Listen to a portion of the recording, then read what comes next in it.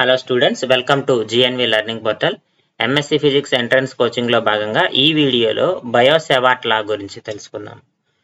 So according to this law, the magnetic field at any point due to current carrying conductor is directly proportional to length of the conductor, current flowing through it, and sine of the angle between L and R, and inversely proportional to the distance.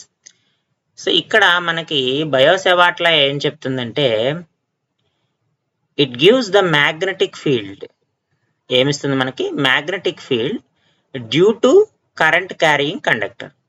So ఏదైనా ఒక current carrying conductor I అనేటువంటి current ఇందులో flow అవుతుంది అనుకుందాం. So ఈ current carrying కండక్టర్లో produce చేసేటువంటి magnetic field ఎంత అనేది మనం ఈ బయోసెవాట్ లా ఉపయోగించి ఫైండ్ అవుట్ చేయొచ్చు. సో ఈ మ్యాగ్నెటిక్ ఫీల్డ్ ఏదైతే ఉందో ఇది 4 ఫ్యాక్టర్స్ మీద డిపెండ్ అవుతుంది. One is the length of the conductor, another one is the current flowing through the conductor, again third one is the sine of the angle between L and R, ఎల్కి ఆర్కి మధ్య ఉండేటువంటి angle, and also inversely proportional to the distance. So ఇక్కడ చూడండి, అందుకే dB is directly proportional to I dL sine theta.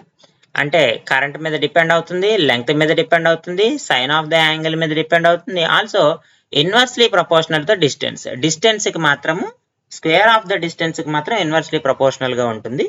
So ఈ proportionality తీసేస్తే constant మనకి μ0/4π పెట్టుకోవచ్చు. కాబట్టి dB is equal to μ0/4π IDL sine theta by R square వస్తుంది. So ఈ లా వల్ల ఉపయోగం ఏంటంటే, it is useful to calculate the magnetic field due to a current carrying conductor. So current carrying కండక్టర్లో మనకి ఎంత మ్యాగ్నెటిక్ ఫీల్డ్ అనేది produce అవుతుంది అనేటువంటి విషయాన్ని మనం బయోసెవాట్ లా ఉపయోగించి ఫైండ్ అవుట్ చేయొచ్చు.